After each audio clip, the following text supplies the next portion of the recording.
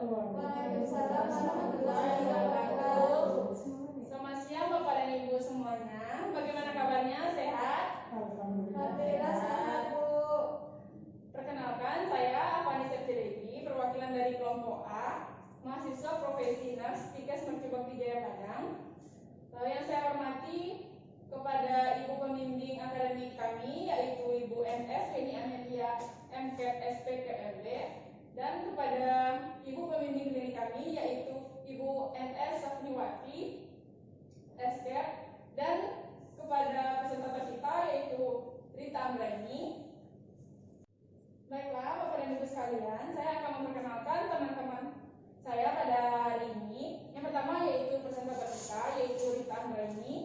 Kemudian observer kita, yaitu Astri. Kemudian pendokumentasian kita, yaitu Pratiwi Gusti.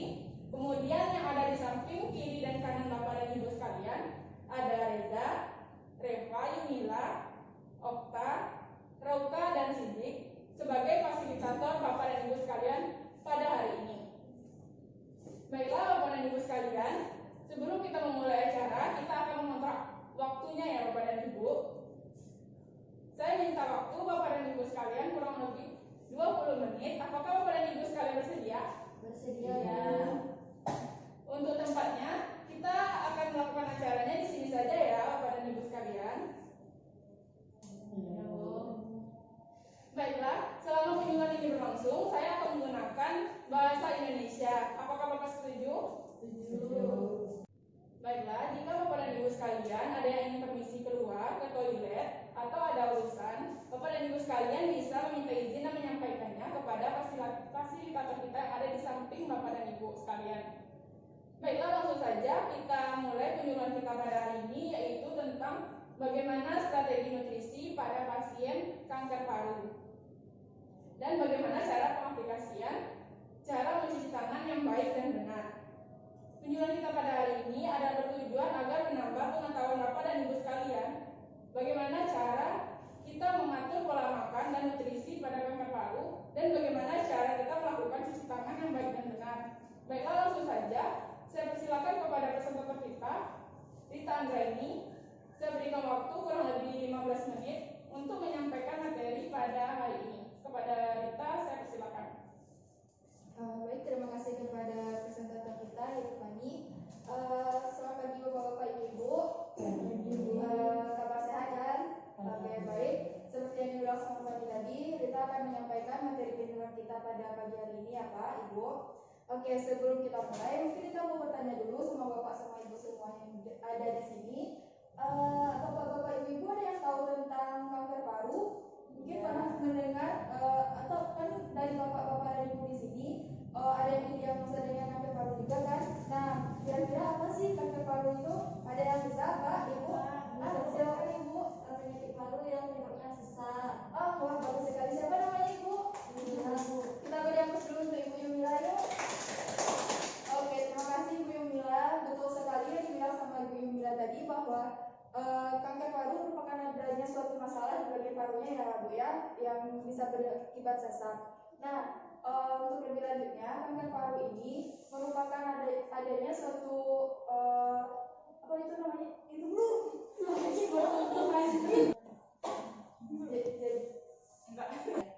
Nah, jadi kanker paru itu Bapak-bapak Ibu adanya pertumbuhan sel baru yang terjadi di bagian paru kita ya Pak, Ibu. Nah, pertumbuhan sel ini dia bisa bersifat jinak, bisa bersifat ganas. Nah, kalau dia sudah didiagnosa dengan kanker paru, itu berarti sudah pertumbuhan selnya itu sudah mencapai keganasan. Keganasan ini dia dapat bermanifestasi atau mengalir ke seluruh tubuh kita, berjalan dan juga dapat mempengaruhi dari sistem tubuh kita yang lainnya. Sehingga dia tidak hanya bisa terjadi di bagian paru saja, dia juga bisa terjadi di bagian organ tubuh yang lainnya karena dia juga memiliki perjalanan yang seperti itu ya Pak, Bu. Kemudian di sini Bapak-bapak Ibu-Ibu ada yang tahu apa sih yang menjadi penyebab dari kanker paru ini? Ayo Pak, Bu. Ibu silakan. Merokok, Bu. Bagus. Siapa nama Ibu, Bu? Reva, Bu. Wah, kita beri aplaus dulu untuk Ibu Reva. Betul sekali yang dibilang oleh Bu Reva bahwa penyebab utama dari kanker paru ini merokok. Bapak merokok Pak? Tidak. Jangan merokok ya. Oh, sekarang tidak. Nggak boleh ya Pak ya, dihentikan kebiasaan merokoknya ya Pak ya. Karena merokok ini dapat menyebabkan kerusakan di bagian paru kita. Karena kan fungsi paru kita kan untuk bernafas. Jadi karena kita sehari mengkonsumsi rokok, karena di rokok itu ada terdapat zat-zat karsinogenik namanya ya Pak, ya Bu, zat yang pemicu kanker tipanya. Nah, zat itulah yang dapat mempengaruhi sistem pernafasan kita sehingga kita nantinya ada yang mengalami sesak nafas gitu ya. Nah, mungkin seperti apa sih tanda dan gejala dari orang yang menderita kanker paru ini? Bapak, Ibu ada yang tahu? Bapak mungkin? Ya boleh Pak. Batuk. Batuk. Apa lagi Pak? Sango. Oh, sesamo. Ayo. Ada deh Pak? Itu namanya. Oke. Dengan Bapak siapa? Bapak ngomong. Bapak Mono. Kita beri aku dulu ke Bapak Mono. Betul sekali yang dibilang oleh Bapak Mono tadi bahwa salah satu tanda dan gejala tadi sudah disebutkan oleh Bapak Mono seperti batuk. Batuk ini dapat bersifatnya batuknya berdarah dan batuknya berdarah.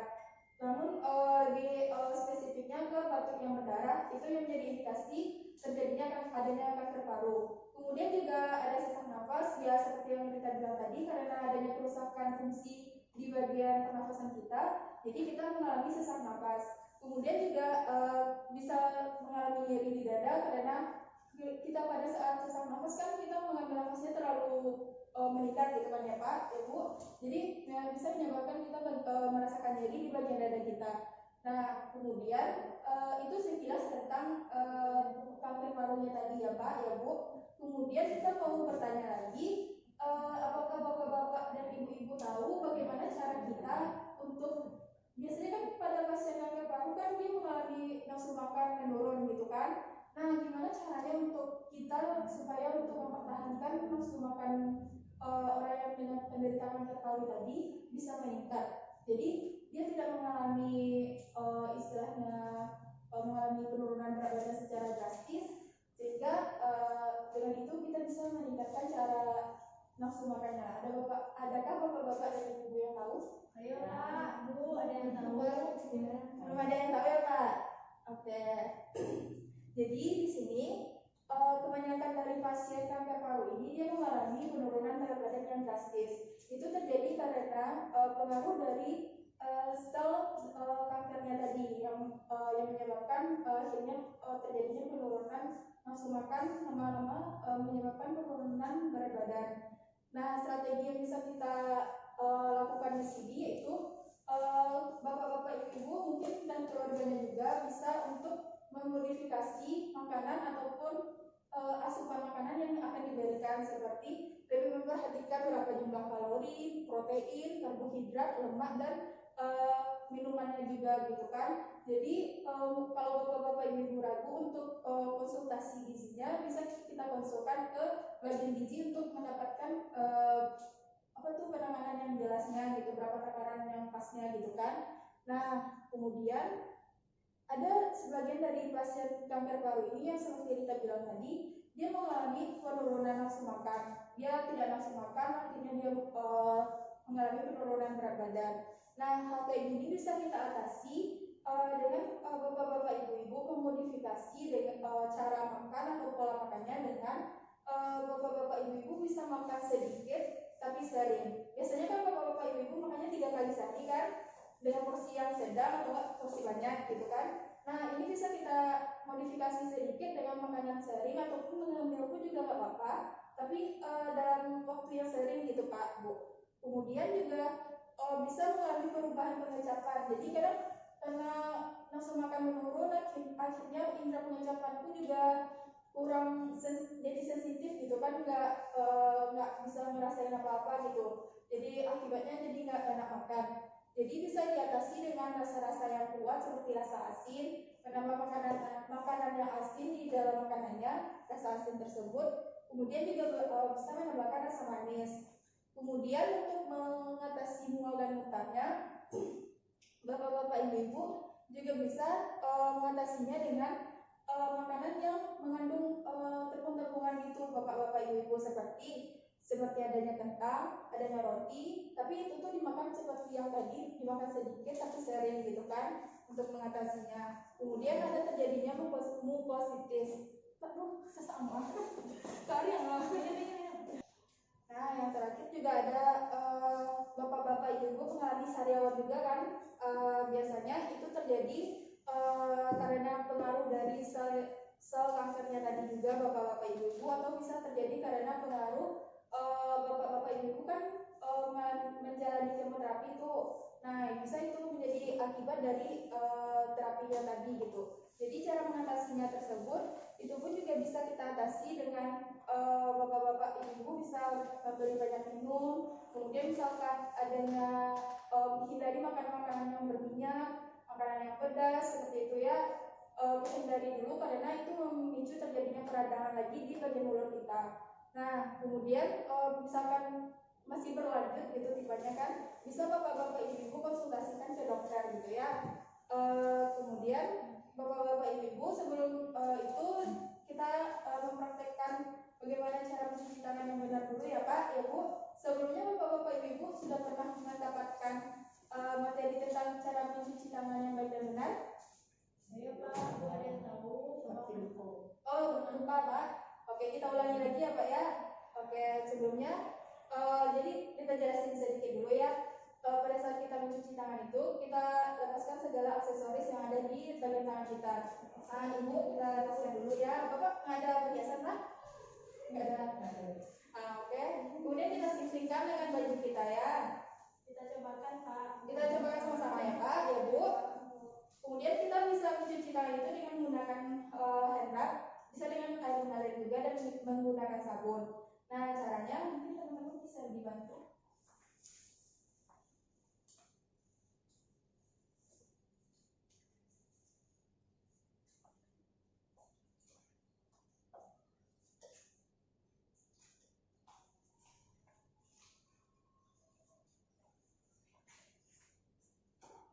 Nah, caranya kita usapkan kedua telapak tangan kita seperti ini ya Kak, ya Bu, dengan cara memutar perlawanan arah jarum jam sebanyak 4 kali. 1, 2, 3, 4. Nah, gitu ya Pak. Kemudian punggung tangan lagi Pak, Bu. 1, 2, 3, 4. 1, 2, 3, 4. Sela-sela jari ya Pak, ya Bu. 1, 2, 3, 4. Kemudian gerakan mengunci Pak, Bu. Nah, 1, 2, 3, 4. Nah, bagian telunjuk sama jempol kan belum. Nah, 1, 2, 3, 4. 1, 2, 3, 4. Kemudian gerakan seperti ini Pak, Ibu. Nah, 1, 2, 3, 4. 1, 2, 3, 4. Nah, selesai. Seperti itu ya Pak, ya Bu. Bagaimana cara mencuci tangan yang baik dan benar. Mungkin untuk materi penjualan kita pada pagi hari ini kita cukupkan dulu sampai di sini. Mohon maaf jika ada terjadi kesalahan. Kita tutup dengan Assalamualaikum warahmatullahi wabarakatuh. Waalaikumsalam warahmatullahi wabarakatuh. Tadi kan Pak. Baiklah, terima kasih sebelumnya kepada presenter kita. Kita berikan aplaus terlebih dahulu. Baiklah, sekarang saya akan membuka sesi tanya jawab kepada Bapak dan Ibu yang ada yang masih ragu atau belum paham atau ada yang ingin ditanyakan kepada kami semua tentang bagaimana sih caranya mengatur strategi atau apa sih itu karbohidrat atau apa sih bagaimana sih caranya atau masih ada yang ingin ditanyakan. Silakan Bapak dan Ibu mengangkat tangan, sebutkan nama dan pertanyaan. Kepada Bapak dan Ibu saya persilakan. Nah, baiklah kepada Bapak Mono, saya persilakan. Nama saya Mono, yang saya tanyakan Bu, apa saja makanan-makanan yang bisa untuk mengurangi dari kanker paru ini atau mengontrol ini? Baiklah, terima kasih kepada Bapak Pramono atas jawabannya. Kita beri aplaus terlebih dahulu. Saya ulang lagi apa pertanyaannya? Mungkin pertanyaan Bapak bagaimana atau apa jenis makanan yang dapat mengurangi atau mencegah dari kanker paru tersebut. Baiklah, akan dijawab oleh teman saya. kepada Rita, saya persilakan. Baik, terima kasih kepada Bapak Mono atas pertanyaannya. Bagus sekali pertanyaannya ya Pak. Nah, jadi pada pasien kanker paru ini Pak, untuk makanan yang dicegahnya itu sebenarnya nggak ada Pak. Dia boleh makan apa saja kecuali misalkan dia ada penyakit lain seperti itu.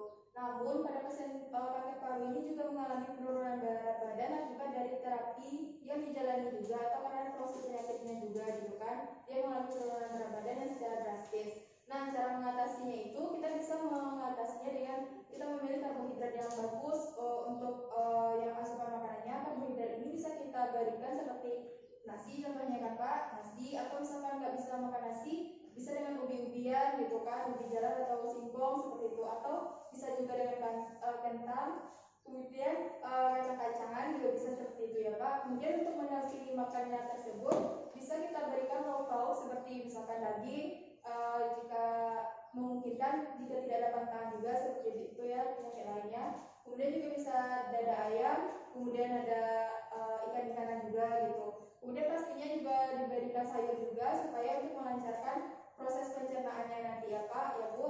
Kemudian jika misalkan hal tersebut sudah kita lakukan, tapi kita tetap mengalami penurunan berat badan atau berat badan kita tetap segitu-segitu saja, tidak mengalami kenaikan. Nah, kita itu bisa konsultasi kepada dokter. Mungkin dokter nanti bisa memberikan seperti suplemen makan untuk memberikan nafsu makan kepada Bapak supaya nafsu makannya lebih meningkat lagi gitu kan. Nah, mungkin itu Pak jawaban dari saya. Terima kasih. Assalamualaikum warahmatullahi wabarakatuh. Waalaikumsalam. Bagaimana dengan Bapak Mono? Apakah sudah paham atau Bapak lebih jelas lagi bagaimana cara atau jenis makanan yang akan Bapak gunakan untuk mencegah dari kanker paru? Ya, saya cukup paham. Baiklah, alhamdulillah ya Pak. Apakah Bapak dan Ibu sekalian ada lagi yang ingin ditanyakan atau masih ada yang kurang jelas? Sudah jelas Pak, Bu. Sudah jelas Pak. Baiklah, saya rasa cukup. Semoga Bapak dan Ibu semua dapat paham dan bermanfaat apapun yang dijelaskan dari teman saya tadi. Baiklah Bapak dan Ibu sekalian, pada presentasi baiklah, saya rasa Bapak dan Ibu semuanya sudah cukup paham ya bagaimana cara mengatur strategi untuk pasien yang terkena kanker paru. Baiklah, sekarang saya ingin menanyakan kembali kepada Bapak dan Ibu sekalian, ada nggak yang masih ingat apa sih itu kanker paru? Ya Pak, Bu. Masih ingat Pak? Bu. Ada Bu. Baiklah kepada Ibu, silakan. Baiklah, terima kasih kepada Ibu Yumi atas jawabannya, sudah bagus ya Bu. Kita beri aplaus terlebih dahulu.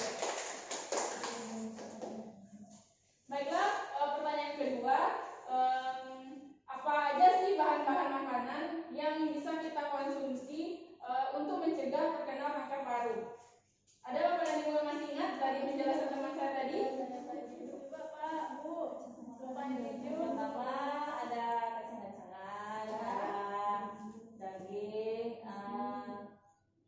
ada umbi-umbian dan sayuran. Baiklah, terima kasih kepada Ibu. Kita beri aplaus terlebih dahulu. Baiklah, saya rasa Bapak dan Ibu semuanya sudah cukup paham ya dari penjelasan kami tadi bagaimana strategi untuk nutrisi pada kanker paru. Baiklah, sebelum kita tutup penyuluhan kita pada hari ini, kami ada Olah-olah aja gitu. kami ada baiklah, dan saya rasa Bapak dan Ibu semua sudah paham apa itu dan bagaimana cara mengatur strategi nutrisi pada kanker paru dan bagaimana cara mencuci tangan yang baik dan benar. Sebelum kita tutup, kami akan memberikan leaflet kepada Bapak dan Ibu sekalian. Leaflet ini dapat dibaca di rumah untuk mengingatkan kembali apa sih bagaimana caranya makanannya dan nutrisinya bagaimana pada kanker paru dan bagaimana cara mencuci tangan yang baik. Silakan kepada teman-teman. Terima kasih ya Bu. Sama-sama. Baiklah, penyuluhan kita pada hari ini saya akhiri. Apabila saya ada kata yang salah, saya mohon maaf. Saya akhiri. Assalamualaikum warahmatullahi wabarakatuh. Waalaikumsalam warahmatullahi wabarakatuh. Wabarakatuh.